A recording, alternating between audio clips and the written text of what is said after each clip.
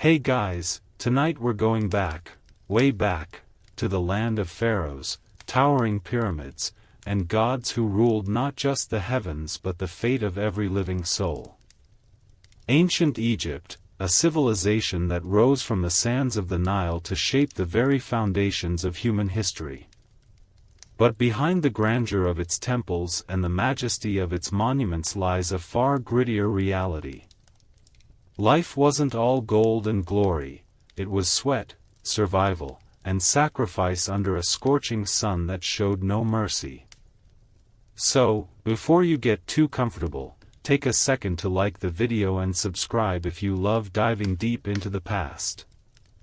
And let me know in the comments where you're watching from. It's always amazing to see just how far our stories travel.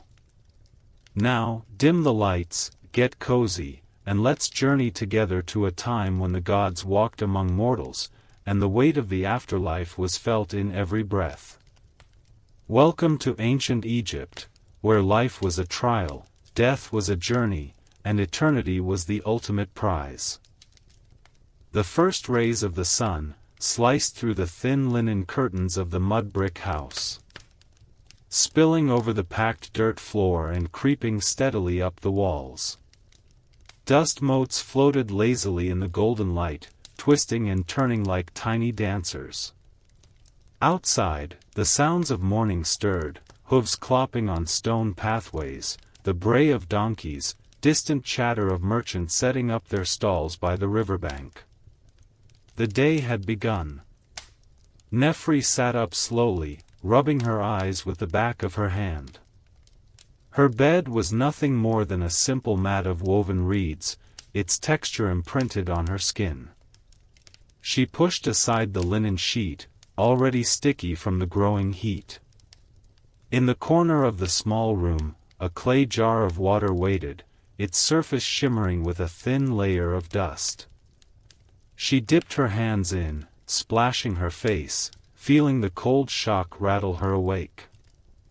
"Another day," she murmured, drying her face with a scrap of linen. Her voice barely rose above a whisper, as if speaking louder might invite the gods to listen. She wasn't sure if that would be a blessing or a curse. From the adjacent room, her mother's voice called out, soft but firm. "Nefri. Come, help me with the bread." Nefri padded across the cool stone floor, feet dusty from the night. Her mother stood bent over a low stone table, hands deep in a mound of dough.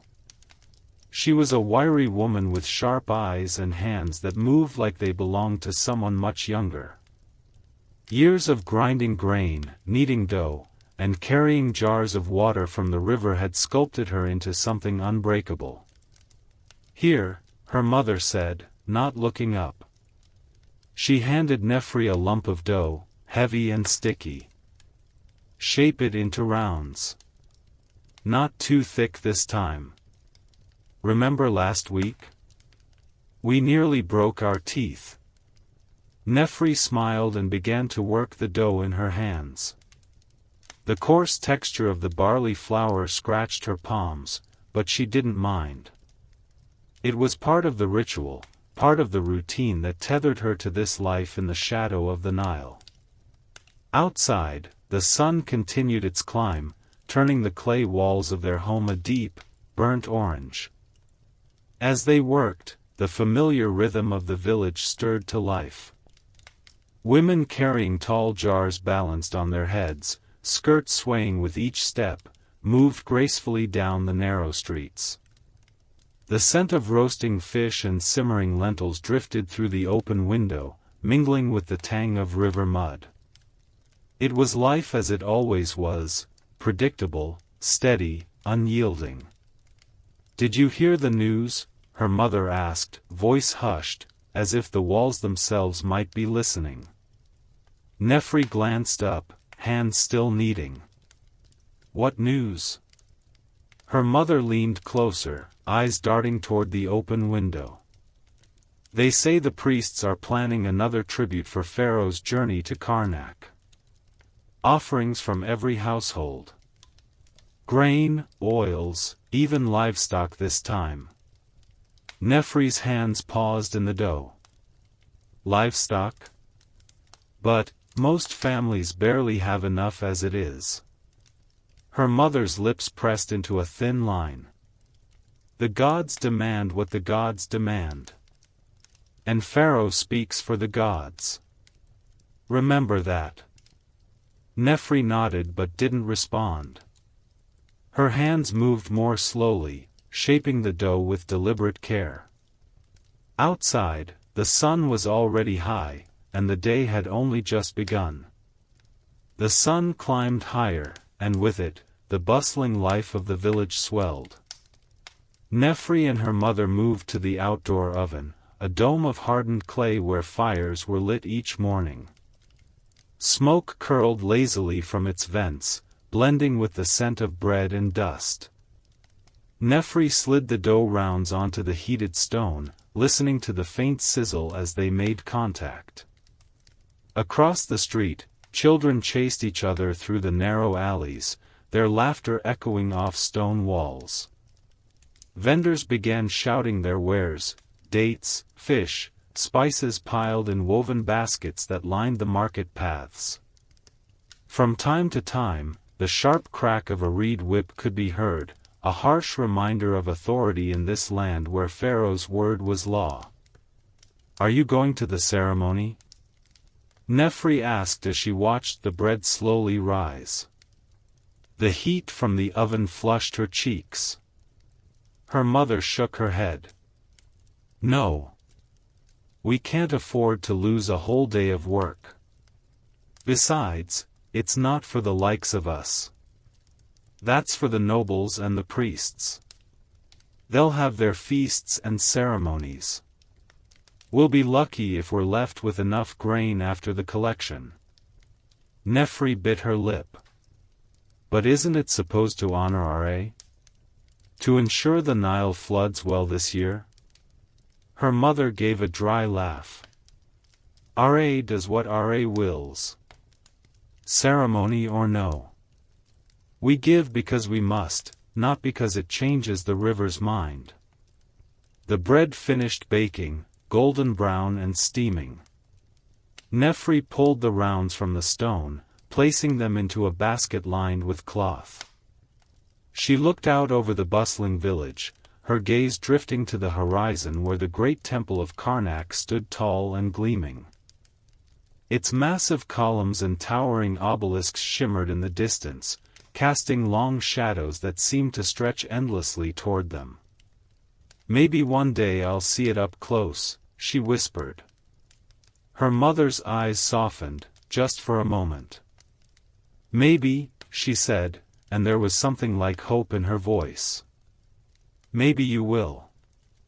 That evening, as the sun sank low and the air cooled to a gentle whisper, Nefri sat outside, the last of the day's light catching in her dark hair.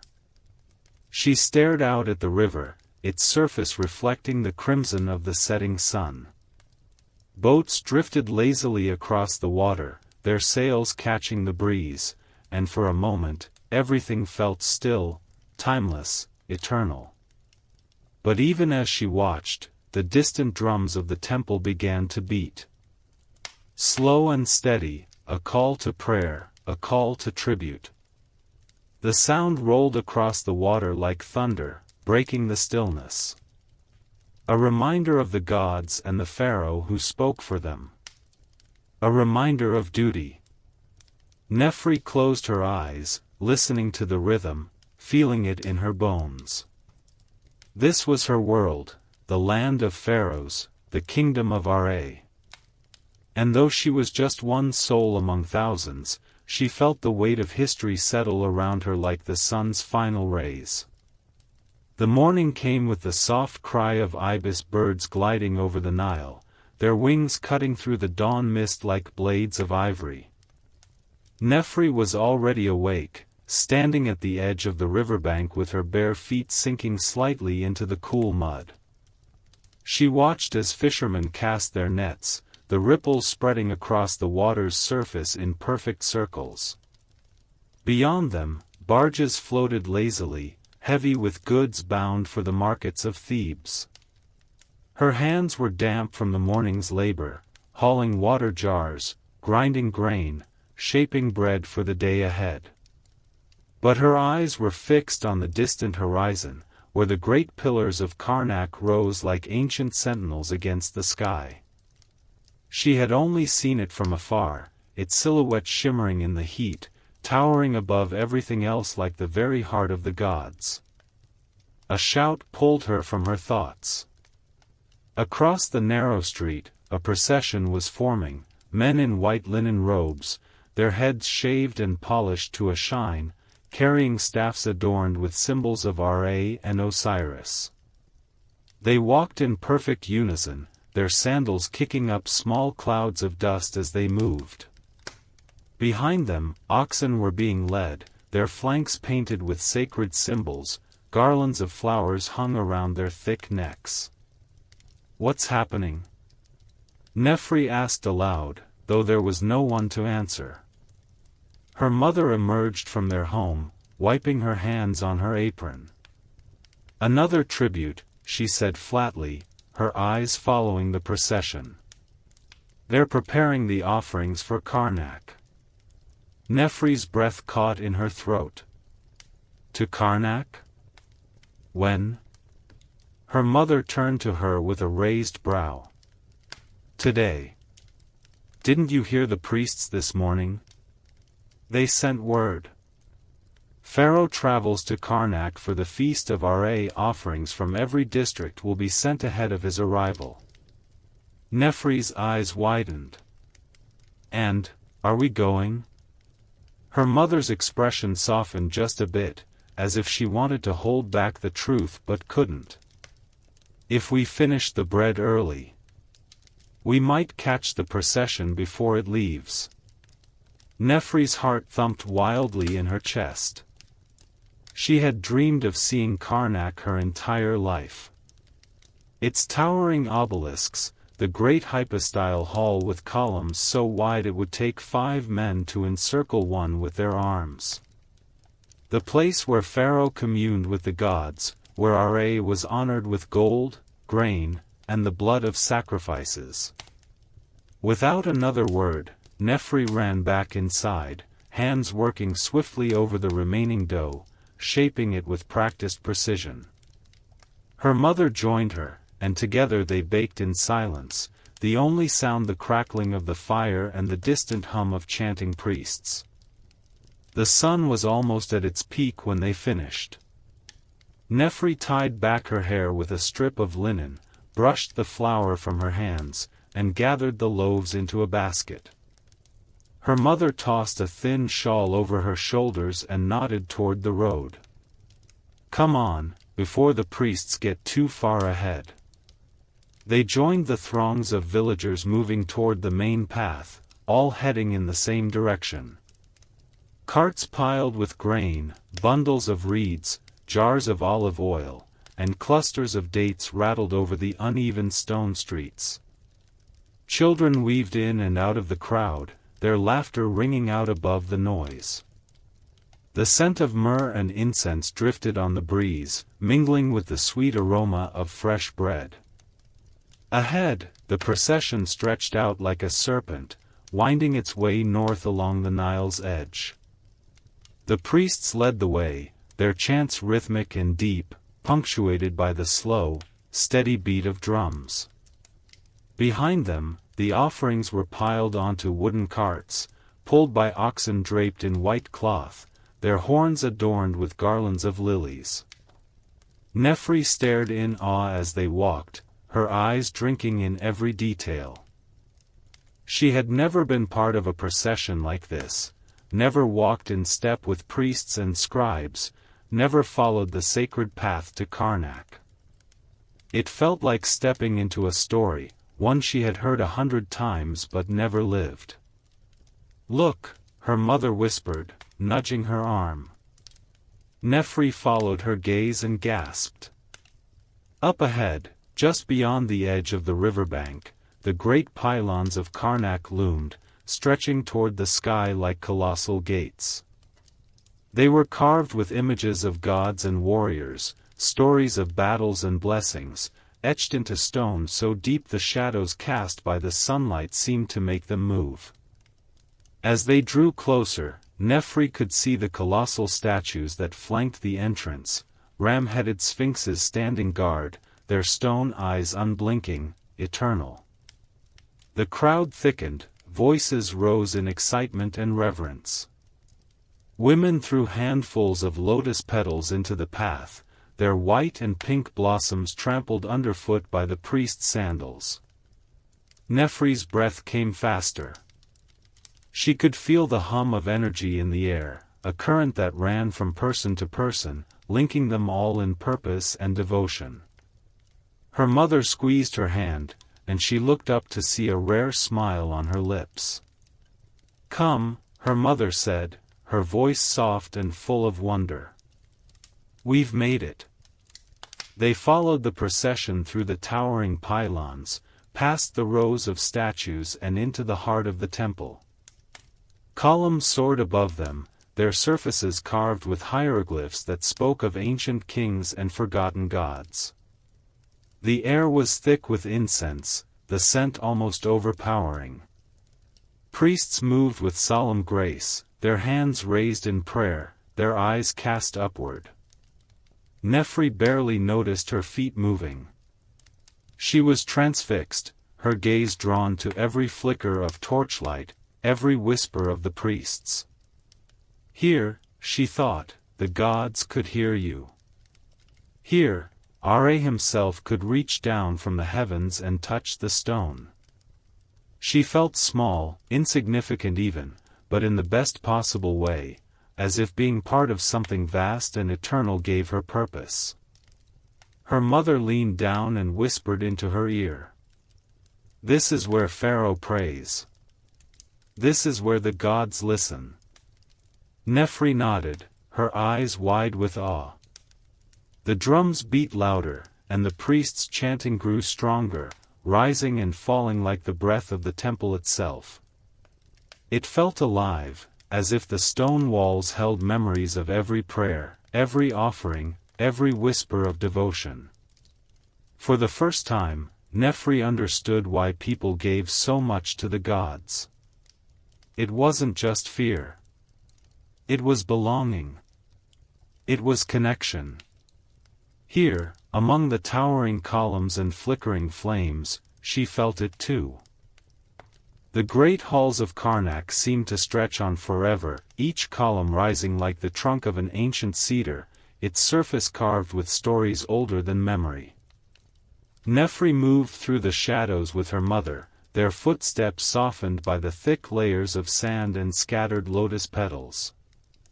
Around them, priests chanted, their voices low and melodic, echoing off stone walls that had witnessed generations come and go.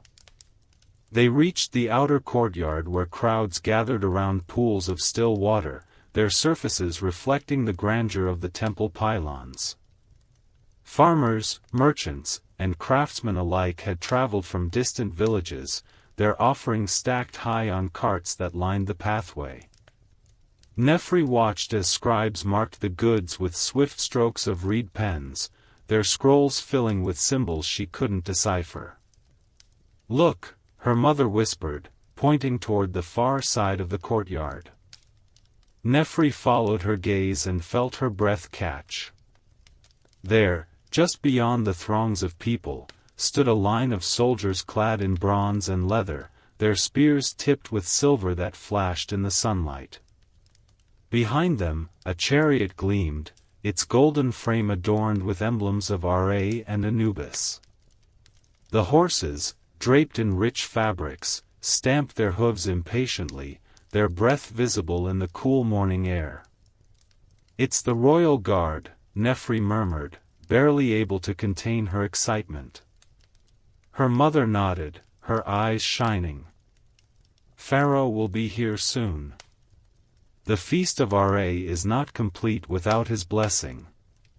Nefri felt a surge of anticipation rush through her veins. Pharaoh himself, living god, ruler of both Upper and Lower Egypt, would be here, walking these very stones, breathing this very air.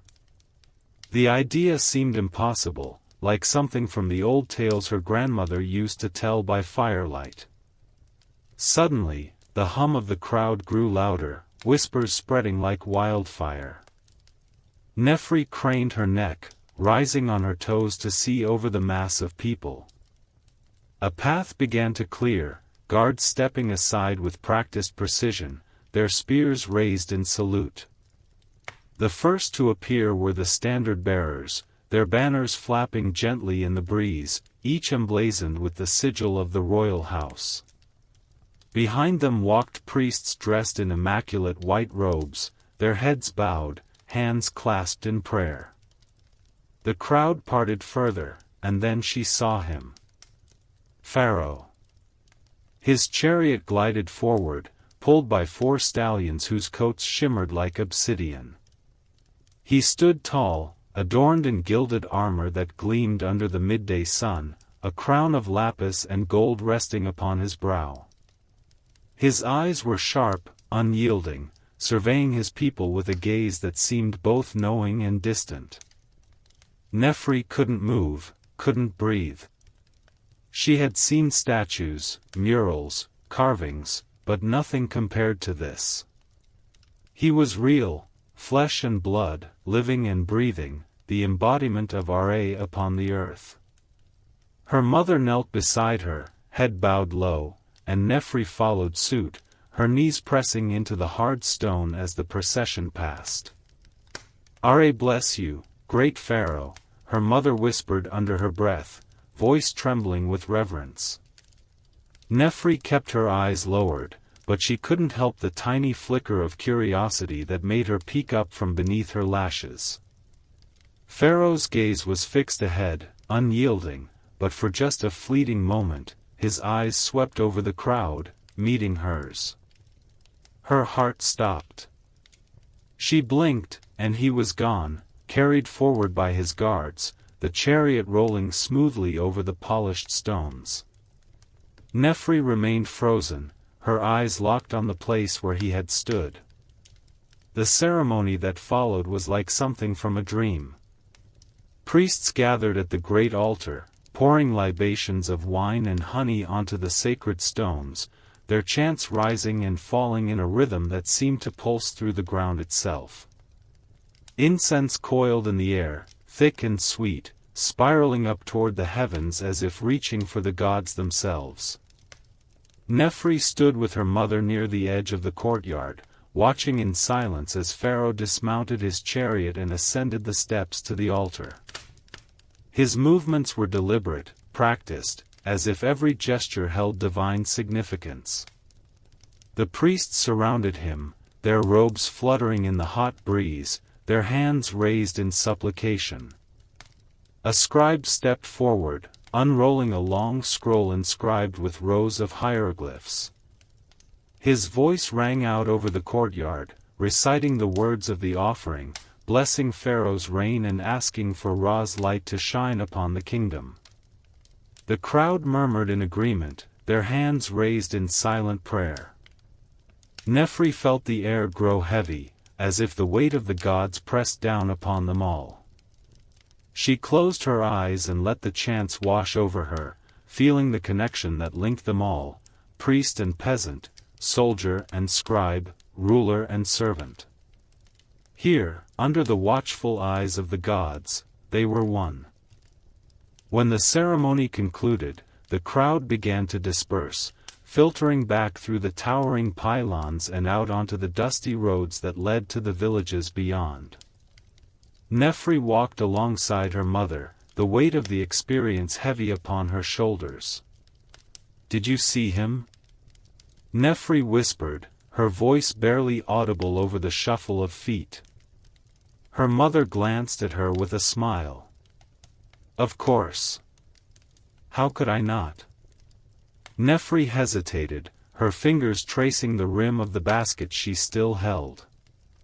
"He looked at me," she said softly, almost afraid to speak the words aloud. Her mother stopped, turning to her with eyes wide. "Don't speak foolishness," she scolded, though her voice held no real reprimand. "Pharaoh sees what the gods wish him to see." Nefri said nothing, but the image lingered in her mind, the piercing gaze, the brief flicker of recognition. She clutched the memory to her heart like a precious gem, unwilling to let it slip away.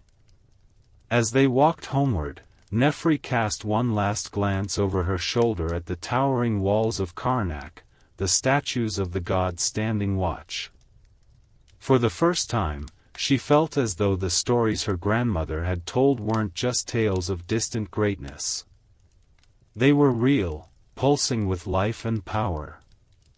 And perhaps, just perhaps, she had been seen. The weeks that followed the ceremony at Karnak were marked by a quiet sense of awe that clung to Nefri like the desert dust. She found herself glancing up at the towering columns of Karnak each time she passed, wondering if Pharaoh still lingered within its sacred halls. Her mother continued with her weaving, her fingers nimble and steady, but Nefri's mind was far from the loom. The days grew longer, the sun hanging heavy and unforgiving in the sky. Fields of barley and emmer wheat shimmered with golden light, their stalks swaying gently under the hot breeze. Farmers labored under the sun's glare, sweat dripping from their brows as they bent to tend their crops. The Nile was swollen with life, its banks teeming with fishermen casting nets from slender reed boats, their shouts mingling with the cries of birds that circled overhead. Nefri found herself drawn to the water's edge more often, her feet dangling off the embankment as she watched the river flow lazily by. Its surface was a tapestry of sunlight and shadow, rippling with each gust of wind. She would trace her fingers through the cool water, imagining the currents reaching out far beyond the horizon, touching lands she had only heard of in passing whispers. It was during one of these stolen moments by the river that she met him.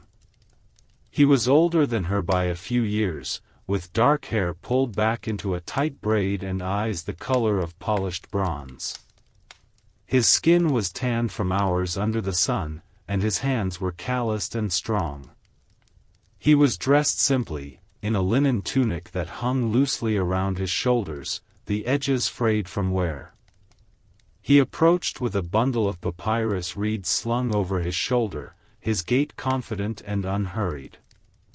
When he saw her sitting at the edge of the bank, he paused, eyebrows raised in mild surprise. "I've seen you here before," he said, his voice steady but gentle. Nefri glanced up, startled out of her thoughts. She nodded, her fingers still swirling patterns in the water. "I come here sometimes," she replied, her voice soft. The young man set his bundle down and took a seat beside her, stretching his legs out and letting out a long sigh. "My father says the Nile is the blood of Osiris," he remarked, staring out at the shimmering water. "That it flows because of his sacrifice." Nefri looked at him, curiosity flickering in her eyes. "Do you believe that?" she asked. He shrugged, running a hand through his hair. "I don't know," he admitted. "But I like the idea of it. That something as simple as water can hold so much power." Nefri nodded slowly, letting his words sink in. She had never thought of the Nile as anything more than the river that fed their crops and carried their boats. But his words painted it with a new light, one that shimmered with mystery and depth. They sat in silence for a while, the only sounds the distant cries of fishermen and the soft lapping of water against the banks. Finally, the young man spoke again. "I'm Setka," he said, holding out his hand. "Nefri," she replied, reaching out to take it. His grip was firm and warm, his calloused fingers wrapping around hers. When he released her hand, he leaned back, propping himself up on his elbows. "Do you live in the village?" he asked. Nefri nodded. With my mother. We weave cloth for the market. Setka smiled. I've seen your mother's work. It's beautiful. My mother bought a length of linen from her last harvest. It was the finest cloth we've ever had. Nefri's cheeks flushed with pride. My mother is the best weaver in the village, she said, her voice filled with admiration. Setka nodded in agreement, his gaze drifting back to the water. Do you come here every day? He asked. Most days, she replied. When the weaving is done and the sun is not too harsh. Setka picked up a small stone from the riverbank, turning it over in his hands before tossing it into the river. It skipped twice before sinking beneath the surface with a soft plunk. Perhaps I will join you then, he said, his voice casual but with a glimmer of sincerity. Nefri looked at him, her eyes searching his face for any hint of jest. She found none. I would like that, she said simply. In the weeks that followed, Setka became a constant presence in Nefri's afternoons. He would arrive with his bundle of papyrus reeds, always with a smile and a story to share. He spoke of the markets in Thebes, of the grand temples and the gardens that stretched on for miles. He told her of the scribes that wrote with such speed and elegance, and the traders that came from far-off lands with goods she could only dream of. Nefri listened with rapt attention, her imagination painting pictures of bustling streets and towering statues. Setka would draw symbols in the sand with a reed, showing her the shapes of words she couldn't yet read. He spoke of the gods with reverence and of Pharaoh with a kind of awe that made her heart quicken.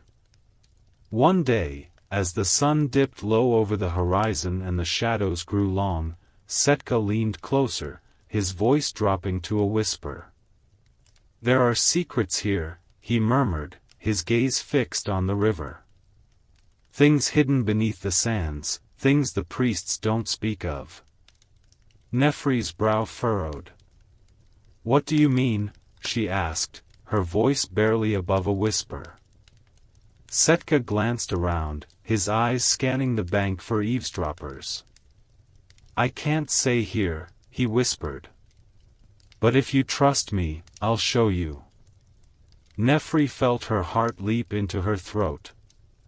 There was something in his voice, something that promised adventure and danger all at once. She swallowed hard, her eyes meeting his.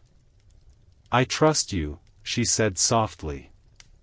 Setka nodded, his expression serious.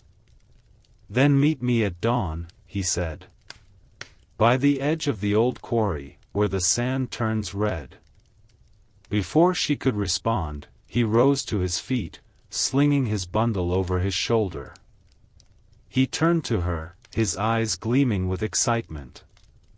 Don't be late, he called, before disappearing up the embankment, his footsteps silent on the sand. Nefri watched him go, her heart hammering in her chest. She had no idea what secrets he intended to show her, but she knew one thing for certain, her life was about to change. The sky was still dark when Nefri slipped from her home, the coolness of dawn brushing against her cheeks. Her mother slept soundly, the soft rise and fall of her breath barely disturbed as Nefri crept past, her sandals whispering against the stone floor. She clutched a small satchel to her chest, its contents little more than a piece of bread and a skin of water, enough for whatever lay ahead. Outside, the village was hushed, shadows stretching long and thin across the narrow streets. Nefri moved with purpose, her eyes flicking from corner to corner as she made her way toward the outskirts where the fields bled into open desert. The horizon glowed faintly with the promise of sunrise, streaks of pale pink and orange bleeding into the blue-black sky. Setka was waiting where he said he would be, standing at the edge of the old quarry where the sand turned a deep, rusty red. He leaned casually against a broken stone column, his figure half-shadowed in the early light. When he saw her approach, he straightened, a grin spreading across his face. "I knew you'd come," he said confidently, brushing sand from his tunic. Nefri smiled despite the flutter of nerves in her stomach. "You seem very sure of yourself," she replied, her voice soft but teasing. Setka chuckled and motioned for her to follow. "Come, before the sun finds us," he whispered, and without another word, he led her down a narrow path that twisted through the quarry. The red sand crunched underfoot, fine grains slipping into her sandals and clinging to her skin. They walked in silence for a while, Setka's footsteps sure and steady, Nefri's lighter and more cautious. The path sloped downward, the walls of the quarry rising higher on either side, their surfaces marked with ancient symbols and long-forgotten carvings. "How do you know about this place?" Nefri asked, her voice barely above a whisper as if the walls themselves were listening. Setka paused, glancing back at her with a grin that sparkled with mischief. "I have my ways," he said simply, before continuing down the path. Nefri's curiosity burned, but she swallowed her questions, trusting his lead. The path wound deeper into the earth, shadows thickening with each step. Nefri's heartbeat quickened as they reached the mouth of a narrow tunnel, its entrance partially hidden by creeping vines and clusters of thorny brush. Setka pushed them aside with a practiced hand, revealing the opening just wide enough for a person to slip through. He turned to her, his face solemn in the half-light. "Are you ready?" he asked, his voice stripped of its usual mirth. Nefri hesitated for the briefest of moments, her eyes flicking from the dark entrance back to his steady gaze. She took a breath, steadying her resolve. "I'm ready," she replied firmly. Setka nodded and ducked inside, his form swallowed up by the shadows. Nefri followed, the air cooling instantly as she stepped into the tunnel. It smelled of damp earth and stone, the air heavy with dust and secrets. They moved slowly, Setka leading the way with practiced familiarity. His hands brushed the walls as they walked, fingers trailing along grooves and cracks as if reading the stone itself. Nefri followed close behind, her eyes adjusting to the dim light that seeped in from cracks in the ceiling, thin slivers of dawn filtering down like threads of gold. The tunnel twisted and turned, its path unpredictable and winding. Nefri lost track of time as they descended deeper, her footsteps echoing softly against the stone. Finally, the passage widened into a chamber, its ceiling arched high above their heads and covered in carvings that glimmered faintly in the dim light. Nefri's breath caught in her throat. The walls were adorned with intricate hieroglyphics, symbols she could not read but recognized as sacred. Images of gods and pharaohs danced along the stone, their faces frozen in expressions of power and grace. At the center of the chamber stood a raised dais, its surface smooth and untouched by time. Setka approached it reverently, his hands brushing the edges. "This is where they came," he whispered, his voice soft with wonder. Nefri stepped forward, her eyes wide with disbelief. "Who?" she asked, her voice barely above a whisper. Setka turned to her, his eyes gleaming in the half-light. "The priests," he said. "The ones who spoke to the gods. This is where they performed their rites, away from prying eyes. It's been forgotten for years." His fingers traced the carvings along the edge of the dais. "They say the gods walked here," he added softly. Nefri's eyes flicked to the floor, her gaze following the symbols that spiraled out from the center of the platform, radiating outward like ripples in water. Her fingers itched to touch them, to feel the grooves worn smooth by time and reverence. "How did you find this place?" she asked, her voice breaking the silence. Setka smiled, his gaze still fixed on the carvings.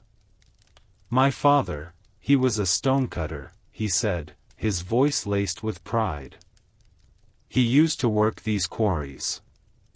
He found this place when he was a boy, hidden beneath the sands. He showed it to me before he passed." Nefri reached out, her hand grazing the edge of the dais. It was cool to the touch, its surface polished smooth despite the years. A shiver ran through her fingertips, a sensation that was neither warmth nor cold, but something ancient and powerful. Setka's voice broke the silence. "Do you feel it?" he asked, his eyes locked onto hers. Nefri nodded slowly. "It's alive," she whispered, barely able to find the words. Setka smiled, a grin that held both wonder and fear. "This is just the beginning," he murmured, his voice laced with excitement. "There's more. Much more."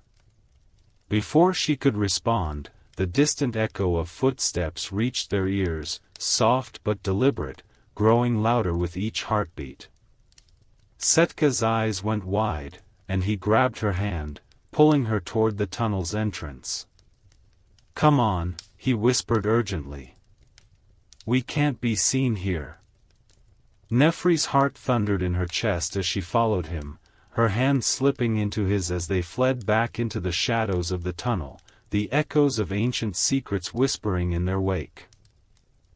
Their footsteps echoed in hurried whispers as Setka and Nefri navigated the twisting path back through the quarry.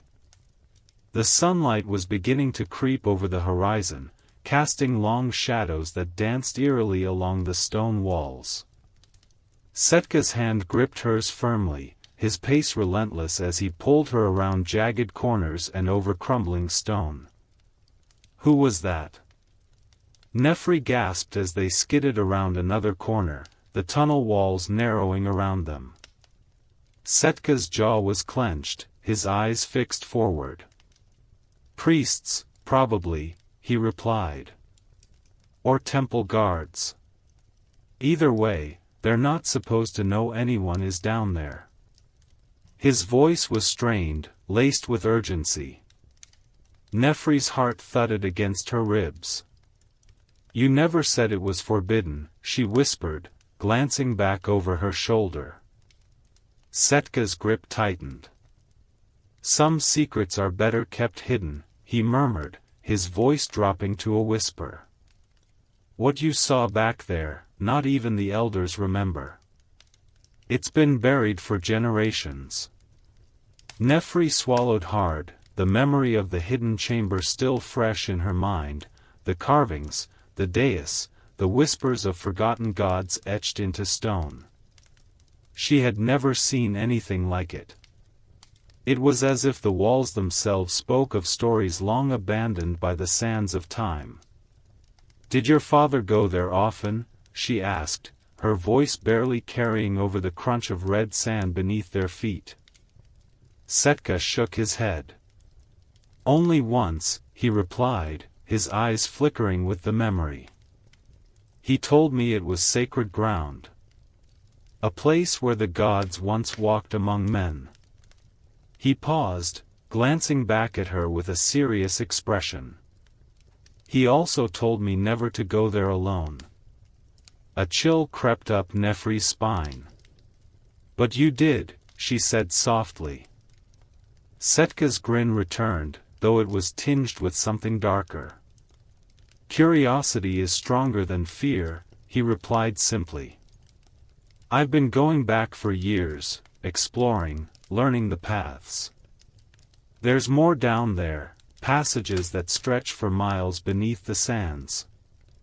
Nefri's eyes widened.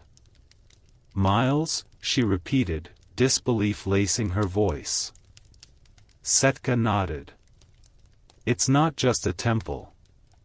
It's a network, a labyrinth. I think it was built for something more than worship. A silence stretched between them, heavy with the weight of his words. Nefri's mind raced with images of hidden passages, secret rites, and whispers of gods that walked the earth. "Why show me?" she asked finally, her voice small and unsure. Setka stopped abruptly, turning to face her. His eyes shone with intensity. "Because I trust you," he said, his voice firm. "And because I need someone else to understand." He paused, his expression softening. "There's something happening, Nefri. I can feel it. In the sands, in the air, the gods are restless." Nefri opened her mouth to respond, but a distant sound cut her off, a low rumble, like thunder rolling beneath the surface of the earth. Both of them turned, their eyes scanning the horizon. The rumble grew louder, reverberating through the ground beneath their feet. "What is that?" Nefri whispered, fear lacing her tone. Setka's eyes were wide, his gaze fixed on the quarry entrance where the red sands began to shift, almost imperceptibly at first, then with growing intensity. "The earth, it's moving," he breathed, stepping back instinctively. Nefri grabbed his arm. "We have to go," she urged, pulling him away from the edge. Setka hesitated, his eyes still locked on the sands that now swirled and shifted like water caught in a whirlpool. "No," he said firmly, shaking off her grip. "I need to see." Before she could stop him, Setka ran forward, his feet kicking up plumes of crimson dust as he neared the edge of the quarry. Nefri called after him, fear threading her voice, but he didn't stop. His eyes were wide, unblinking, as the sand churned beneath him, the ground trembling with a force that seemed to come from deep within the earth. "Setka!" she screamed, fear clawing up her throat as the rumbling intensified. The sands twisted violently now, spiraling inward to reveal flashes of stone and iron, ancient mechanisms long buried beneath layers of dust and time. Symbols she couldn't recognize flared to life, glowing faintly with a sickly green light. Setka turned back to her, his face pale but exhilarated. "Do you see it?" he shouted over the noise, his voice wild with excitement. "It's alive, Nefri. It's all alive." Nefri stumbled backward, her heart hammering in her chest. "We have to go," she cried, her voice cracking with desperation. But Setka didn't move. His eyes were locked on the spiraling sands, his body rigid with awe. And then, just as suddenly as it began, the rumbling stopped. The sand stilled, settling back into place as if nothing had happened. The air was thick with silence, broken only by the soft rustle of wine through the reeds.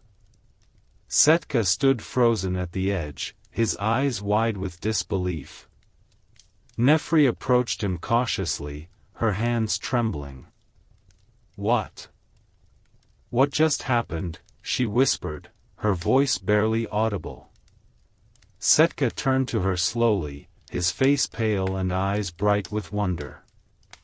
I think it's waking up," he murmured, his voice trembling with anticipation.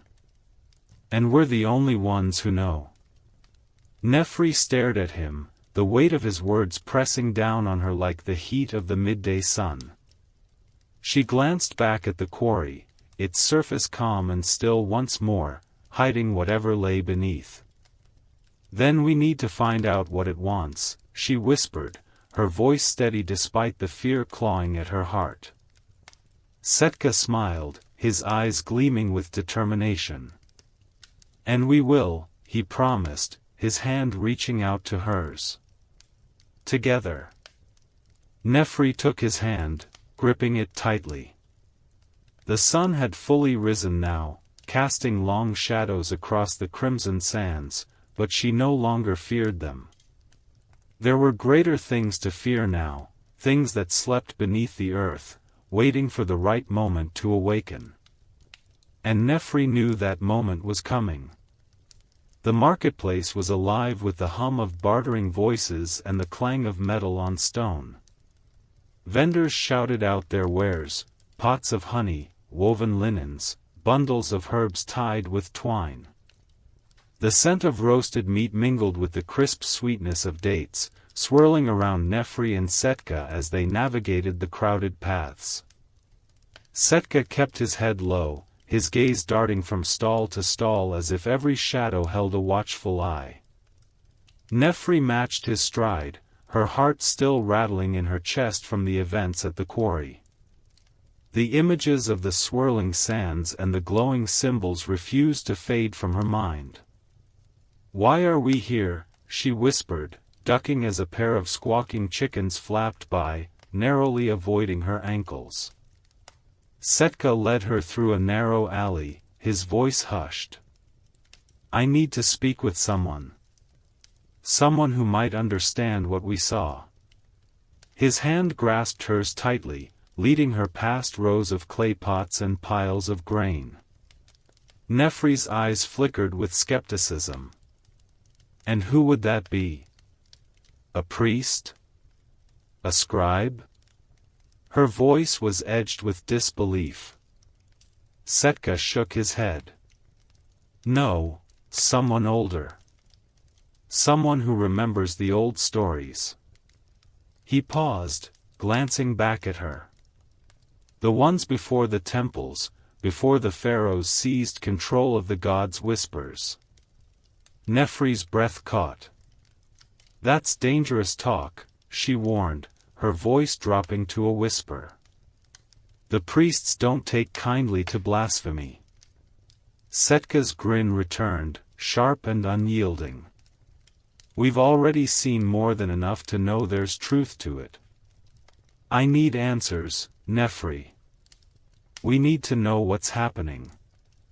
Before she could argue, Setka stopped abruptly in front of a stall draped in tattered cloth. The vendor was an elderly woman, her back hunched with age, her hands adorned with strings of copper and bone. Her eyes were sharp, the color of desert sand, and they fixed on Setka with an intensity that sent a shiver down Nefri's spine. "Back again, boy," the woman rasped, her voice like wine through dry reeds. Setka nodded, glancing around before stepping closer. "I need your help, Inni," he murmured, his tone respectful. The old woman chuckled, her laughter brittle and sharp. "You always need something," she replied, her eyes flickering to Nefri. "And this time, you bring company." How quaint. Nefri stiffened under the woman's gaze, but Setka squeezed her hand reassuringly. "We found something," he began, his voice hushed. "Something beneath the sands, beneath the quarry." Inni's smile faltered, her eyes narrowing. "The quarry," she repeated, her voice dropping to a whisper. "You were there?" Setka nodded, glancing around to ensure they were not overheard. "We found the entrance," he continued. "The one you spoke of. The carvings, the symbols, it's all still there." The old woman's eyes darkened, and she leaned forward, her voice a whisper. "Foolish boy," she hissed. "You've woken something that should have been left asleep." Nefri's heart stuttered, her gaze snapping to Setka. "What does she mean?" she whispered, her voice trembling. Setka ignored her, his focus locked on the woman. "What is it, Inni?" he demanded. "What did we see?" The woman's bony fingers traced patterns in the dust at her feet, her eyes distant as if recalling memories long buried. "It is older than the pharaohs," she began, her voice heavy with reverence. "Older than the temples. A power that was once worshipped before the gods took their names. Before the sands reclaimed their secrets." Nefri's breath came in shallow bursts. "Worshipped," she repeated, disbelief coloring her voice. "Like a god?" Inni shook her head slowly. "No, not like a god," she replied, her eyes sharp and knowing. "It was a force. An energy that flowed through the earth, through the stones, through the very blood of those who lived beside it. The old ones knew how to speak with it, how to listen. But when the temples rose, and the pharaohs claimed the will of the gods, it was buried. Hidden away." Setka's fists clenched. "But it's still there," he pressed, his voice urgent.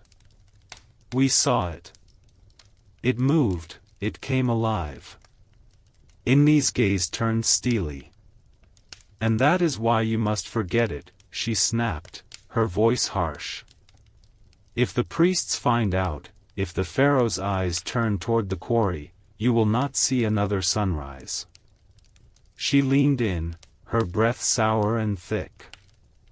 "There are secrets that are better left to die with the sands, boy." Setka's jaw tightened, defiance flickering in his eyes. "I can't forget," he whispered. "I won't." Inni's eyes softened, just for a moment, and her hand reached out to touch his cheek. "Stubborn as your father," she murmured. He never knew when to let go either. Her hand fell back to her side, her eyes hardening once more. "Then heed my warning," she continued. "If you're determined to walk this path, do not walk it alone. The old paths are treacherous, and they demand sacrifice." Setka nodded solemnly. "I understand," he replied, his voice firm. Nefri felt a chill run through her as Inni's gaze turned to her, sharp and assessing. "And you," the old woman rasped. "Do you understand the danger? The price that is paid when the sands awaken?" Nefri's throat tightened, but she lifted her chin defiantly. "I do," she answered, her voice steady despite the fear simmering beneath the surface. Inni held her gaze for a long moment before nodding approvingly. "Good," she whispered, her eyes flickering with something like respect. "You'll need that fire, before the end." Before the end. The words lingered, heavy and ominous, as Setka took Nefri's hand once more and pulled her back into the thrumming heartbeat of the marketplace. But now, every shadow seemed deeper, every whisper laced with menace. And as they left the old woman's stall behind, Nefri couldn't shake the feeling that they had just stepped across a threshold, one that could never be unmade. The sun hung low in the sky, casting long shadows across the city as Setka and Nefri hurried through the narrow alleys. The air felt heavier, the usual buzz of daily life muted beneath a strange tension. Nefri's mind was still spinning within these words. Ancient power. Hidden secrets. Worship before the temples rose. It all felt impossible, like fragments of a dream. But the fear in Inni's eyes had been real. "Where are we going now?" she asked, quickening her pace to keep up with Setka's long strides. "To the library," he replied, his voice firm. "There are records, old scrolls. I want to know more about what Inni said." Nefri frowned. "You really think the scribes will let us dig through the archives?" "We're not exactly scholars, Setka." Setka flashed her a grin, sharp and mischievous. Who said anything about permission? They reached the scribes' quarters as the sun dipped beneath the horizon, casting the buildings in hues of crimson and violet. The tall stone columns loomed overhead, their surfaces etched with hieroglyphs that spoke of great conquests and divine favor. Torches flickered along the walls, casting dancing shadows across the sandstone. Setka led Nefri around the side of the main entrance, slipping through a gap between two towering statues. They moved swiftly, keeping low, until they reached a smaller entrance covered with heavy linen drapery. Setka pulled it aside, motioning for Nefri to follow him inside. The air was thick with the scent of papyrus and dust. Shelves stretched to the ceiling, crammed with scrolls tied neatly with cords of leather. The silence was heavy, broken only by the distant scratch of quills against parchment. "Setka," Nefri whispered harshly. "We shouldn't be here." He ignored her, scanning the shelves with sharp eyes. "The archives are divided by era," he murmured. "We need the oldest records. The ones the priests don't show anyone." Nefri swallowed hard, casting nervous glances over her shoulder. "And how exactly do you plan on finding them?" Setka paused, his eyes glinting with confidence. "I have a map," he whispered, pulling a rolled parchment from his satchel. He spread it out on a nearby stone table, revealing a detailed layout of the library's archives. "I snatched this from my father's study years ago," he explained, his grin widening. "There are sections here even the priests rarely visit. That's where we'll find what we need." Nefri stared at him in disbelief. "You've had that this whole time?" He shrugged nonchalantly. "I didn't know I'd need it. Not until now." He traced a path with his finger, nodding to himself. "There," he whispered. "The records of the first dynasties. Before the unification. If Inni's right, that's where the stories will be." They moved swiftly, weaving through stacks of scrolls and rows of stone tablets, their footsteps muffled by layers of dust. Nefri's heart pounded in her chest, each shadow feeling sharper, every whisper of wind like a warning. But Setka moved with purpose, unflinching, his eyes bright with determination. Finally, they reached a section of the library shrouded in darkness. The torches here were unlit, and the air smelled of old parchment and decay. The scrolls were older, much older. Their bindings cracked and frayed, their labels written in script so ancient that even Nefri could barely recognize the characters. Setka lit a small oil lamp, casting flickering light across the shelves. He ran his fingers along the scrolls, eyes scanning the labels quickly. "Here," he whispered, pulling one free. "This one's from the time before Menes, before the unification of Upper and Lower Egypt." Nefri leaned in, squinting at the faded symbols. "Can you read it?" she asked, her voice hushed. Setka nodded slowly, unrolling the scroll with delicate hands. "Enough," he replied, his eyes darting over the lines of text. His breath hitched suddenly, and his eyes flashed with excitement. "It's here. Nefri, it's here." Nefri stepped closer, her heart racing. "What? What does it say?" Setka swallowed, his finger tracing the faded ink. "It speaks of a force, not a god, not in the way we think of them. It was something primal. Connected to the land, to the stones. It doesn't have a name. They only called it, the Eternal Sun." Nefri's eyes went wide. "The Eternal Sun?" I've never heard of it. Of course not, Setka murmured, his voice trembling with awe. It was erased, purged from the records when the temples rose. The pharaohs didn't want competition. They buried it, buried the knowledge, but it didn't die. Nefri's gaze flickered to the shadowed corners of the archive, unease pooling in her stomach. Why would they erase it?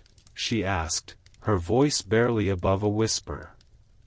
Setka looked up, his eyes burning with revelation. Because it didn't need temples, Nefri. It didn't need priests. It was everywhere, in the air, in the sand, in the stones. The people didn't worship it. They connected with it. Controlled it. The lamp flickered, the shadows dancing like spirits awakened by their whispers. Nefri stepped back instinctively, the weight of the revelation pressing against her chest. We should go, she urged, her voice cracking. If anyone finds us here. Setka rolled up the scroll, nodding slowly. You're right, he replied, slipping it into his satchel. But we're coming back. This is only the beginning. Nefri swallowed hard, her eyes lingering on the shadows that seemed to watch from the edges of the room. She turned and followed Setka back through the rows of forgotten knowledge, her heart pounding with each step. But in the back of her mind, the words echoed with a chilling certainty. The eternal sun was not dead. It was waiting. They slipped back into the maze of streets, the city now draped in the deep shadows of night. The coolness of the air was a welcome relief after the suffocating dust of the archives. Nefri's thoughts churned with the weight of what they discovered, her heart still pounding from the whispers of the eternal sun. The name lingered in her mind, stretching its tendrils through her memories, searching for something familiar. But there was nothing, just the unsettling feeling of ancient power resurfacing. Setka walked ahead of her, his pace brisk and determined. His hand clutched his satchel as if it held the essence of life itself. His expression was sharper now, the mischievous glint replaced by something deeper, something raw and unyielding. Where are we going? Nefri called out, quickening her step to catch up. Setka didn't turn.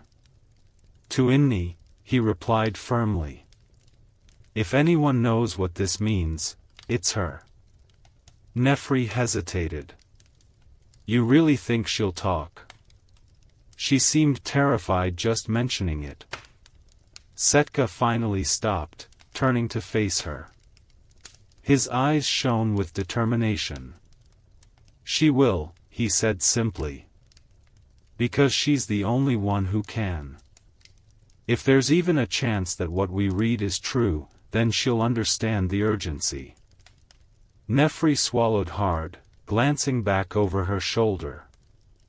The shadows stretched long behind them, curling around corners and pooling in the cracks of the city. She shivered, though the night was warm. I hope you're right, she murmured, stepping forward to follow him. The path to Inni's quarters wound through the outskirts of the city, where the sandstone walls crumbled, and the streets narrowed into jagged alleys. Few torches burned in this part of town. It was a place forgotten by the grandeur of the temples and palaces. Here, people lived tightly packed, the scent of spices mingling with smoke and dust. Setka led the way with practiced ease, ducking under low awnings and stepping around sleeping dogs that lounged in the doorways. Nefri followed, keeping her eyes fixed on the path, her heart hammering in her chest. The deeper they went, the more she felt the city's heartbeat, slow and deliberate, like a great beast breathing beneath the stone. Finally, they reached Inni's dwelling, a small clay-walled house nestled between two taller buildings that leaned like ancient elders whispering secrets. Setka knocked 3 times, the sound sharp and deliberate. Moments passed before the door creaked open, revealing Inni's eyes, wide and wary. "Inni," Setka whispered. "We need to talk." She hesitated, her gaze flicking between them before she stepped back, allowing them entry. The interior was dimly lit, the walls lined with shelves crammed with jars and woven baskets. A small fire burned in the corner, its embers glowing faintly. Inni closed the door behind them, drawing the heavy curtain across the entrance. "You are fools," she hissed, her eyes flashing with fear. "I told you to forget about this. To leave it be." Setka met her gaze firmly. "We found it," he replied, his voice low and steady. "The records. The eternal sun, it's real, isn't it?" Inni's breath caught, and she took a step back, shaking her head. "No, you did not, you could not have." "We did," Nefri interjected, stepping forward. "It's written in the old texts. Before the temples, before the pharaohs unified the lands. It was worshipped, or connected with. I don't even know how to describe it." Inni's eyes brimmed with fear. "You do not understand what you are saying," she whispered, clutching her hands to her chest. "That power was sealed for a reason. It was too much. Too wild. It wasn't like the gods we know. It was the land itself, the breath of the desert, the fire of the sun." Setka stepped closer, his voice gentle but insistent. "But it's still here, isn't it? You said it was hidden, not destroyed." Inni hesitated, her gaze falling to the floor. Her hands trembled as she spoke. "The priests, they buried it. Buried the knowledge. The eternal sun does not require worship. It demands understanding. And the pharaohs, they feared that. They feared that people would not need their gods, that they would not need them." Nefri's heart pounded, her mind racing.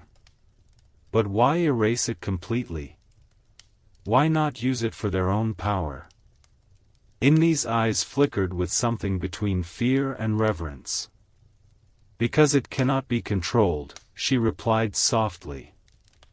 "The eternal sun is not a god to be praised, it is a force. Like the river, like the storm. It answers to no man. Those who tried, they were consumed." A silence settled over the room, heavy and suffocating. Setka's eyes blazed with determination. "How do we find it?" he asked, his voice steady.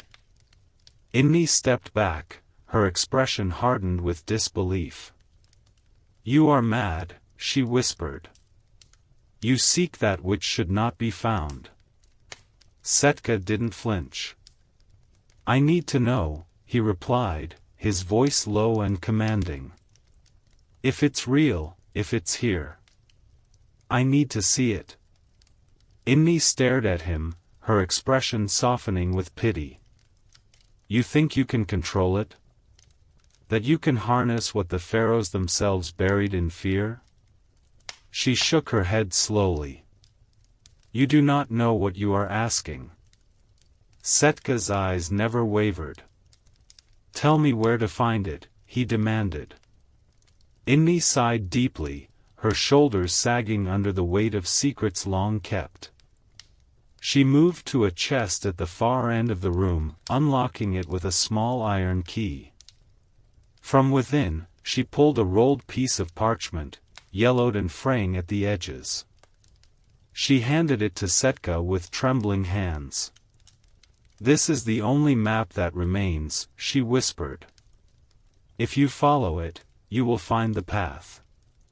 But understand this, Setka, the sands do not give up their secrets easily.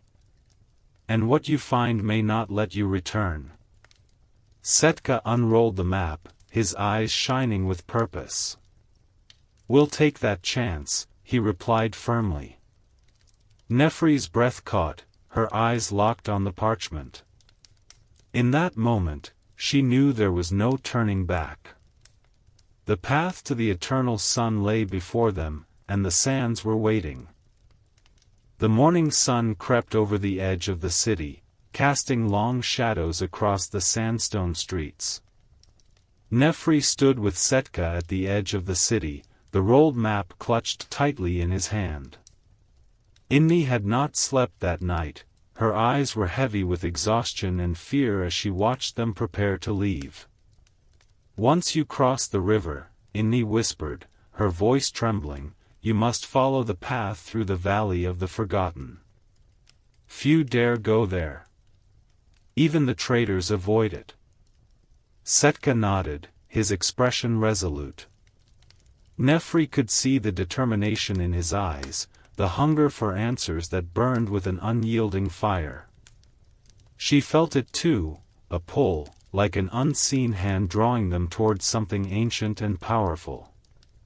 Inni's fingers twisted around the beads of her necklace, her eyes darting nervously between them. There are guardians, she warned. Not like those of the temples, older things, spirits of the sand. You must not anger them. Setka's jaw clenched, but he nodded in understanding. We will be careful, he replied, though his voice was firm with resolve.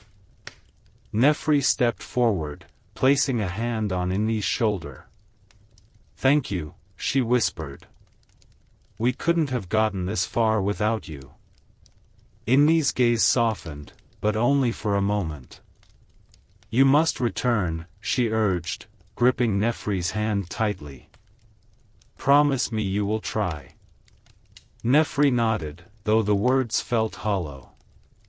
The promise hung in the air, fragile and uncertain. Setka adjusted the straps of his satchel and motioned for Nefri to follow. We should go before the sun climbs too high, he said, glancing toward the shimmering horizon. Without another word, they set off, their footsteps trailing dust as they walked away from the safety of the city walls. The journey to the Valley of the Forgotten was arduous. The sun beat down upon them with relentless intensity, the sand stretching out in every direction like an unending ocean of gold. Nefri shielded her eyes with her hand, squinting at the jagged rock formations that rose from the earth like the bones of ancient beasts. Are you sure this is the way? She asked, her voice strained with fatigue. Setka unrolled the map, studying the faded lines and symbols. It has to be, he replied, his eyes locked on the path sketched before him. The valley lies beyond these cliffs. Inni said it would be hidden, concealed by stone and shadow. Nefri glanced around, her gaze sweeping across the barren landscape. It was as if the world itself had been swallowed by the sand, no signs of life, no movement, just the whisper of wind carving patterns into the dunes. It feels haunted, she murmured. Setka looked up from the map, his eyes meeting hers. Maybe it is, he said quietly. But that won't stop us. The cliffs loomed ahead, jagged and imposing, their faces carved by centuries of wind and time. They climbed in silence, the weight of the journey heavy upon their shoulders. The path narrowed as they ascended, the ground crumbling beneath their feet with each step. At the summit, they paused, gazing out across the Valley of the Forgotten. It stretched out before them, a labyrinth of stone and shadow, its depths cloaked in mist that clung to the rocks like tendrils of smoke. Nefri's breath caught in her throat. I never knew this place existed, she whispered. Setka nodded slowly. Neither did I, he replied, his voice filled with awe. But we're here now. We find the path, and we follow it. Nefri hesitated. What if Inni was right? What if there are things here, things that shouldn't be disturbed? Setka's eyes hardened. The pharaohs buried this knowledge, he replied firmly. They feared it. But we can understand it. We can use it. You saw what the text said, the eternal sun is power. Power beyond anything the priests could control. Nefri swallowed, her gaze dropping to the stones beneath her feet. And if it consumes us? She asked quietly. Setka stepped closer, his hand reaching out to grasp her shoulder. Then we face it together, he said firmly. I won't let you fall. Not here. Not ever. She met his gaze, the fire in his eyes igniting something within her, courage, perhaps, or maybe desperation. She nodded, her resolve hardening. Then let's find it, she whispered. Together, they descended into the valley, their footsteps echoing off the stone walls. The air grew colder as they ventured deeper, the light of the sun fading into shadow. The path wound through narrow passages and jagged cliffs, the way forward obscured by mist and dust. Nefri shivered as they pressed on, her hands brushing against the stone walls to steady herself. It feels like we're walking into the underworld, she murmured. Setka shot her a glance. Maybe we are, he replied, his voice barely above a whisper. They walked in silence, the only sound the whisper of wind and the soft crunch of sand beneath their feet. The shadows deepened, swallowing the light, until they were forced to light a torch, its flickering flame casting eerie shapes upon the stone. Suddenly, Setka stopped, holding up his hand. Nefri froze, her heart leaping into her throat. What is it? She whispered. Setka's eyes were fixed on the ground ahead of them. Footprints, he murmured. Nefri stepped closer, her eyes widening as she saw them, deep impressions in the sand, leading forward into the darkness. But, who would come here? She asked, her voice trembling. Setka straightened, his hand resting on the hilt of his blade. Someone who knows the way, he replied, his eyes blazing with determination. And we're going to find them. Without another word, he stepped forward, following the tracks into the depths of the valley.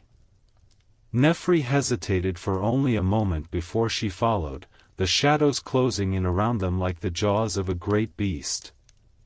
The footprints were deep, pressed into the sand with a weight that spoke of haste, or perhaps desperation.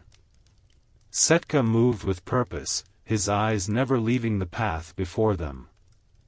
The torchlight flickered, casting long, wavering shadows against the jagged stone walls of the Valley of the Forgotten. Who do you think it is? Nefri whispered, her voice hushed by the oppressive silence that hung over them. Setka glanced back, his eyes sharp. Someone who knows what we're after, he replied. Someone who might be just as desperate as we are. Nefri swallowed, her fingers brushing the cold surface of the rock beside her as they descended deeper. The air grew heavy, damp with the scent of earth and old stone. The mist thickened around them, swirling in ghostly patterns that clung to their skin. They followed the tracks through winding paths and narrow crevices, past broken statues and half-buried relics of a civilization long forgotten. Faces carved in stone stared back at them from the shadows, their eyes hollow and unblinking. Nefri shivered. "Do you feel that?" she asked, her voice barely above a whisper. Setka nodded, his grip tightening on the torch. "It's like the air is watching us," he murmured. Nefri opened her mouth to respond, but the words died on her lips. Ahead of them, the path widened into a cavernous opening, its ceiling lost in darkness. Stone pillars lined the walls, each one carved with symbols and figures that seemed to writhe and shift in the firelight. Setka moved forward, his steps cautious, deliberate. Nefri followed closely, her eyes scanning the walls. These markings, they're different from the ones in the city, she observed, reaching out to trace the edge of a symbol with her fingertips. Setka nodded, his gaze fixed on the far end of the chamber. Older, he agreed. Much older. As they moved deeper into the cavern, the footprints began to change. The neat impressions in the sand grew staggered, uneven, as if whoever had left them had begun to falter. "Look," Nefri whispered, pointing to the ground. Setka followed her gaze, his eyes narrowing. "Blood," he murmured, kneeling to touch the dark stains that marked the sand. His fingers came away smeared with crimson. "Not old," he added grimly. Nefri's heart clenched.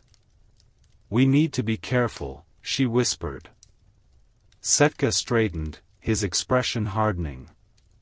"We keep moving," he replied, his eyes blazing with determination. "Whatever's down here, it's guarding something. Something important." They pressed on, their footsteps echoing softly against the stone. The air grew colder, the mist thickening until it clung to their skin like dew. Nefri shivered, wrapping her arms around herself as they descended deeper into the darkness.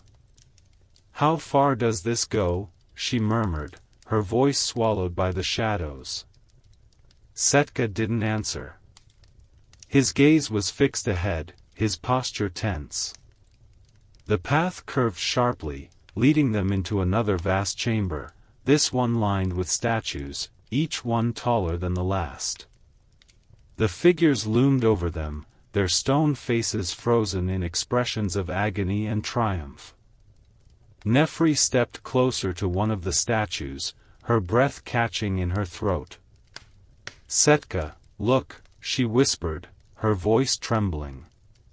He joined her, his eyes widening as he took in the details. The statue was ancient, its surface worn by time and grit. But the eyes were polished, untouched by the wear of centuries. They glimmered in the torchlight, almost as if they were watching. "It's like they were preserved," Nefri murmured, running her hand across the stone.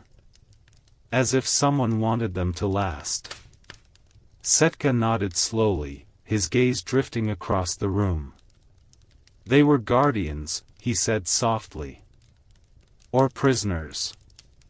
Nefri swallowed hard, her hand dropping to her side. "We shouldn't be here," she whispered. "This place, it's not meant for us." Setka's eyes hardened. "It's exactly where we're meant to be," he replied firmly. "The answers are here, Nefri. Everything we've been searching for, it's right in front of us." Before she could respond, a noise echoed from the far end of the chamber, a soft whisper, like sand sliding across stone. They both froze, their eyes snapping to the shadows beyond the statues.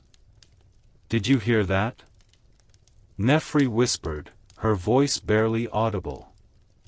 Setka nodded, his hand moving to the hilt of his blade. "We're not alone," he replied, his voice tense. The whisper grew louder, swirling around them in a language neither could understand. The statues seemed to shudder in the torchlight, their stone faces twisting in the shadows. Nefri stumbled back, her heart pounding. "Setka," she whispered, her voice shaking. He stepped forward, his eyes blazing with determination. "Show yourself," he shouted, his voice echoing through the chamber. The whisper ceased, the silence stretching out like a thread ready to snap.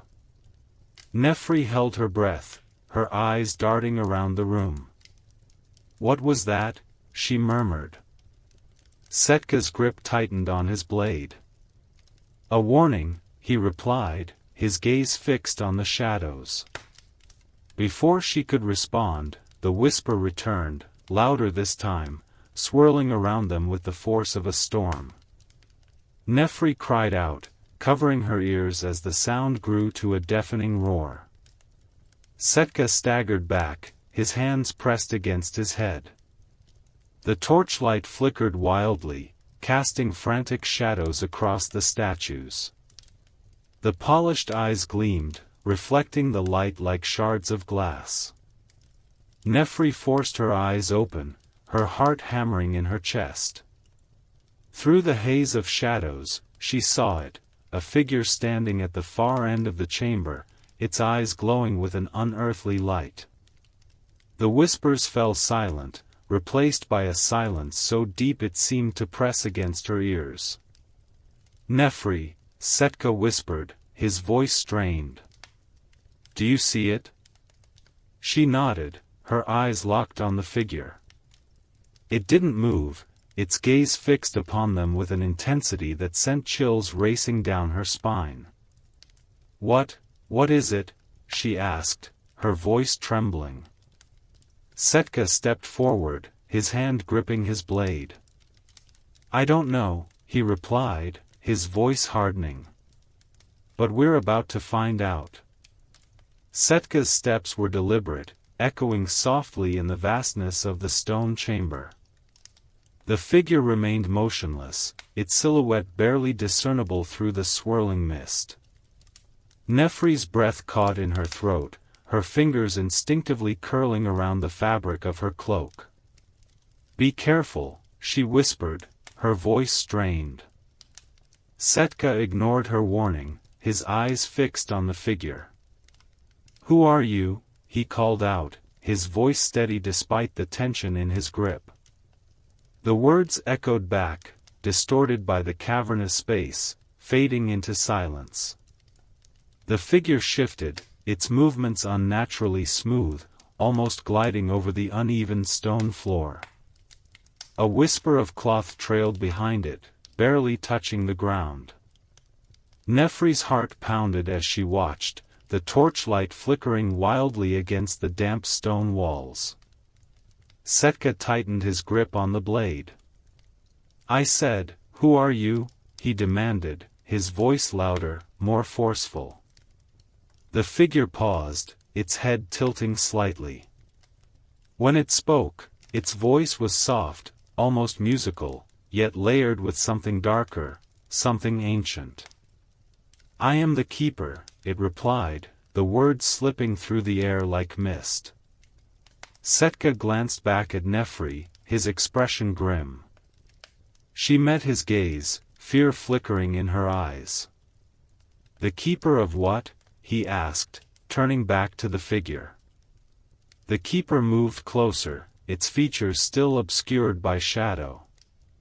"The keeper of secrets," it whispered, the words barely above a breath. "The guardian of what is forgotten, and what should remain so." Nefri shivered, her eyes darting around the room. The statues loomed around them, their polished eyes gleaming in the flickering light. She took a step back, her hand brushing against one of the stone faces. "Setka," she murmured, her voice trembling. He raised his hand, silencing her. "What secrets?" he demanded, his gaze locked on the keeper. The figure paused, its head tilting as if considering the question. "Secrets of the past," it replied. "Of kings and gods, of those who dared to challenge the eternal order." Nefri felt a chill run through her veins. "What are you talking about?" she asked, her voice barely above a whisper. The keeper turned towards her, its gaze piercing. "The truth of the eternal sun," it replied. The truth hidden beneath the sands, beneath the temples, beneath the lies of the pharaohs. Setka's eyes narrowed. Lies? He repeated, his voice low. What lies? The keeper stepped forward, its movements smooth and deliberate. The eternal sun is not eternal, it whispered. Its light is borrowed, its power stolen. Nefri gasped, her hand flying to her mouth. That's impossible, she whispered. The eternal sun has always been. It is the source of life, of power, of everything. The keeper's eyes glimmered in the shadows. That is what you were told, it murmured.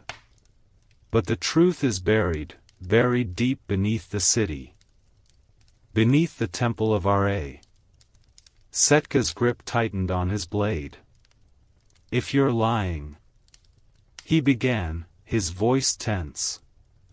The keeper smiled, a slow, chilling expression that sent shivers down Nefri's spine. I do not lie, it whispered. I simply guard the truth, until it is ready to be found. Nefri stepped forward, her eyes locked on the keeper. Why are you telling us this? She asked, her voice shaking. The keeper regarded her with a gaze that seemed to pierce through her very soul. Because you are not like the others, it replied. You seek more than just power, you seek understanding. And understanding is the key to everything. Setka glanced at Nefri, his eyes searching hers. She met his gaze, her expression resolute. We have to find it, she whispered. We have to know. Setka nodded slowly, his eyes hardening with determination. Then tell us where to start, he said, turning back to the keeper.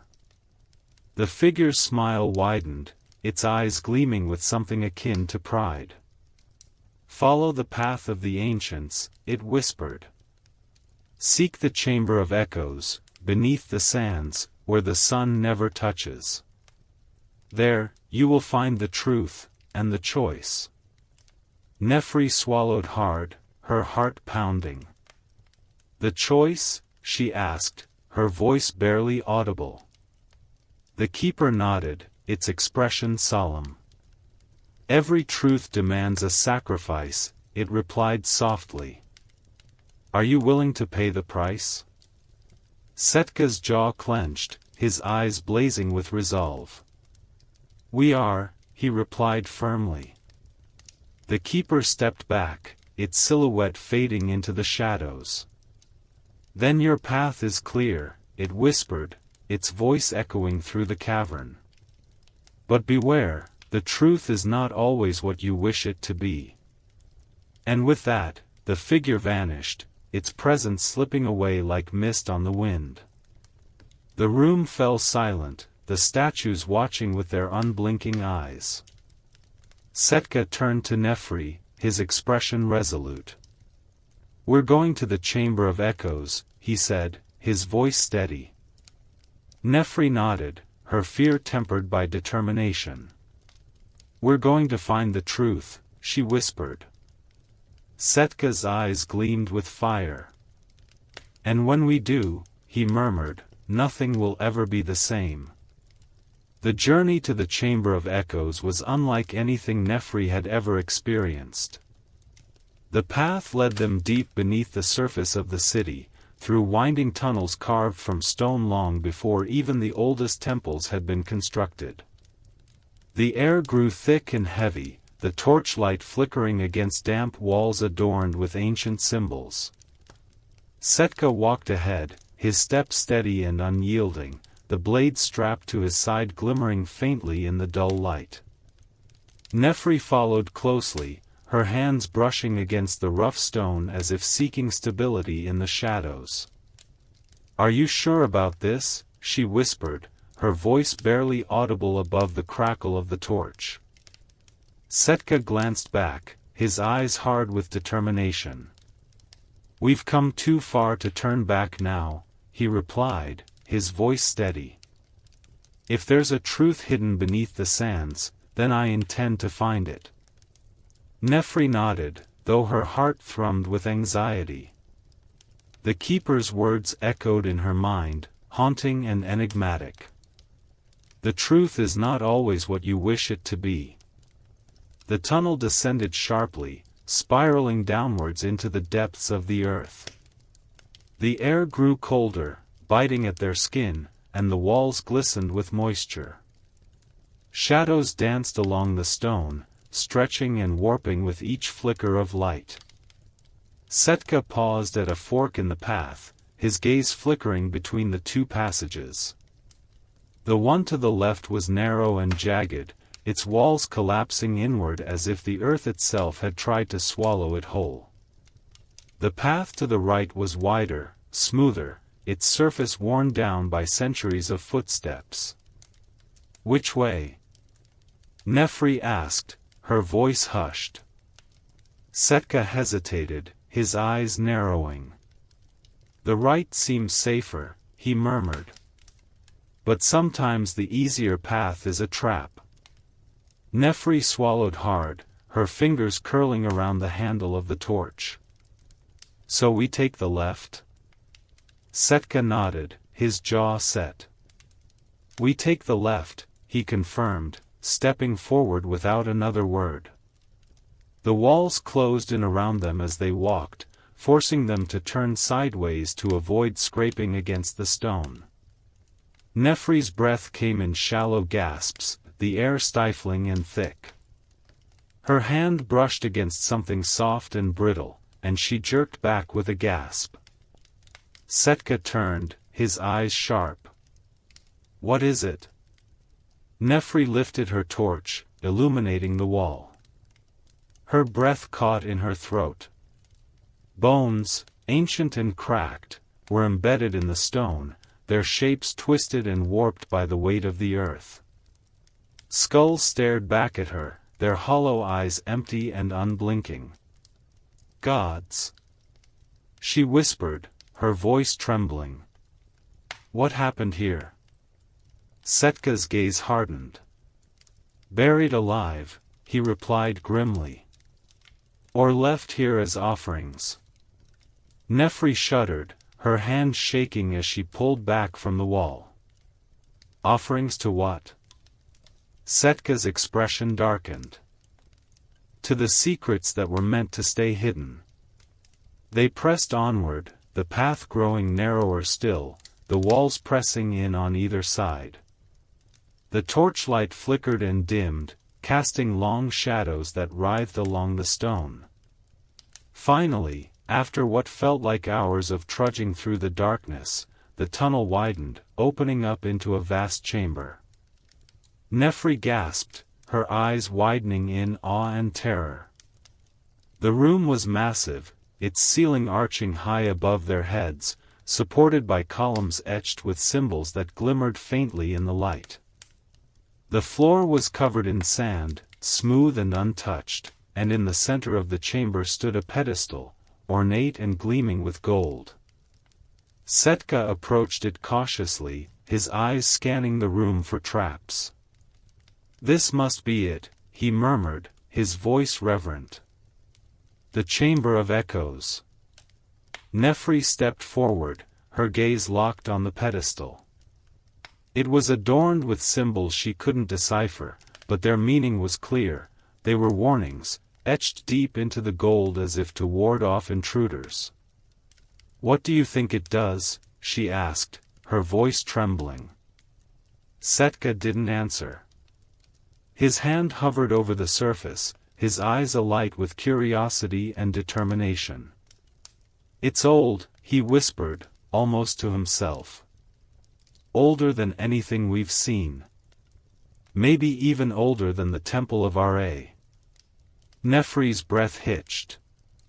"But that's impossible," she replied. "The temple is the oldest structure in Egypt. It was built before even the Great Pyramids." Setka's eyes flashed with excitement. "What if that's a lie?" he countered, his hand pressing against the pedestal. A deep rumble echoed through the chamber, the ground trembling beneath their feet. Nefri staggered back, her eyes wide with fear.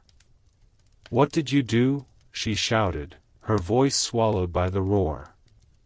Setka's gaze was fixed on the pedestal, his eyes gleaming with something dark and primal. "I opened the way," he replied, his voice low and resolute. The symbols on the columns began to glow, their light pulsing rhythmically, casting long shadows across the walls. The air grew heavy, thick with energy, and a whispering sound filled the room, soft, insidious, like the murmur of 1,000 voices. Nefri backed away, her heart pounding. "Setka, we need to go," she pleaded, her voice cracking. But Setka stood firm, his gaze locked on the pedestal, his expression one of grim determination. "We're not leaving," he replied. "Not yet." The whispering grew louder, rising to a fever pitch. The symbols glowed brighter, casting harsh shadows across Setka's face. He reached out, his hand resting on the surface of the pedestal, and the ground shook violently. Nefri screamed, stumbling back as the chamber trembled, dust and sand raining from the ceiling. "Setka," she shouted, her voice lost in the roar. "What are you doing?" Setka turned to her, his eyes blazing with an intensity she had never seen before. "Unlocking the truth," he replied, his voice echoing strangely in the chamber. And with that, the pedestal cracked open, revealing a swirling mass of light and shadow, an ethereal void that pulsed with raw energy.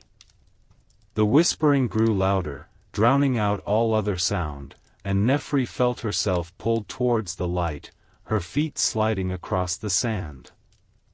"Setka," she screamed, her hands clawing at the ground. "Stop this." But Setka only watched, his eyes fixed on the void, his hands gripping the pedestal with unyielding force. "It's too late," he whispered, his voice almost reverent. "The path is open, and we must follow. The Nile flows still. Its waters shimmer under the sun's unyielding gaze, winding through the heart of Egypt like a living vein. Though the pharaohs are gone, and the temples now lie in silent contemplation of ages past, the spirit of ancient Egypt lingers, an echo that refuses to fade. It is written in the stones of Karnak, in the towering obelisks that defy the sky, and in the pyramids that loom against the horizon, defying time itself. Even after centuries of foreign rule, from the Romans to the Byzantines, the Islamic caliphates, and the Ottomans, Egypt's legacy remained unbroken. The colossal statues of Ramses II still gaze out across the sands, their faces worn but resolute. The hieroglyphs, though silent, continue to whisper stories of gods and kings, of victories and divine blessings, to those who take the time to listen. Napoleon's campaign in Egypt at the turn of the 19th century sparked a fire of curiosity in the West.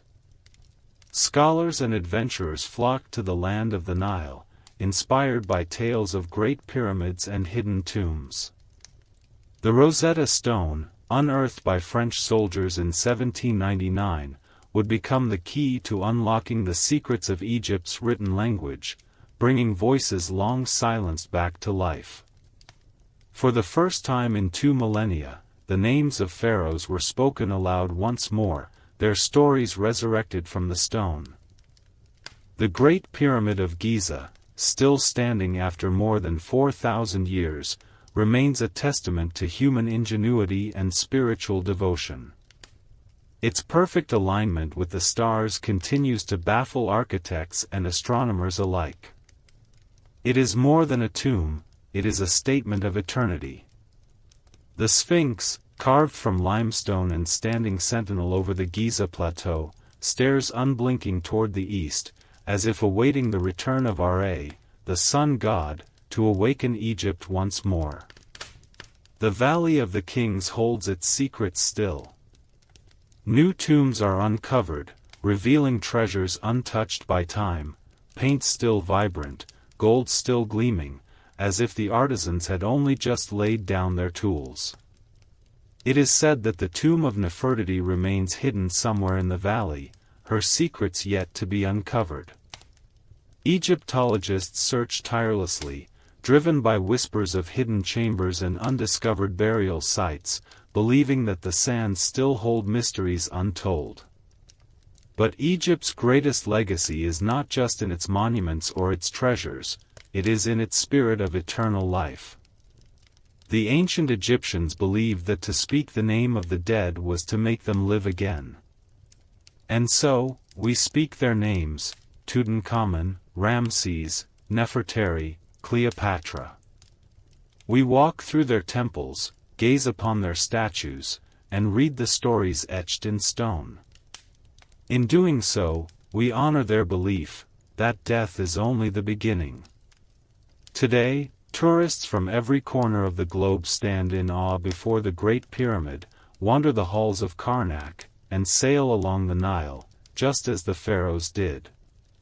They walk where gods once tread, where priests once chanted, where kings and queens plotted and dreamed of eternity.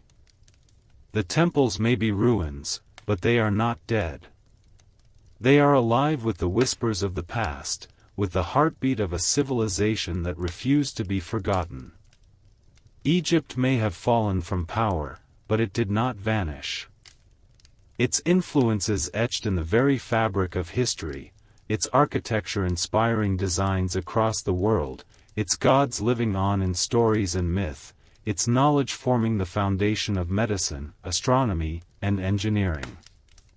Even now, its monuments stand defiant against the sands of time, immortal as the pharaohs who once ruled them. The gods of Egypt may no longer walk the earth, but their shadows remain. Ra still rises each morning, blessing the Nile with his light. Osiris still watches over the dead, guiding souls to the afterlife.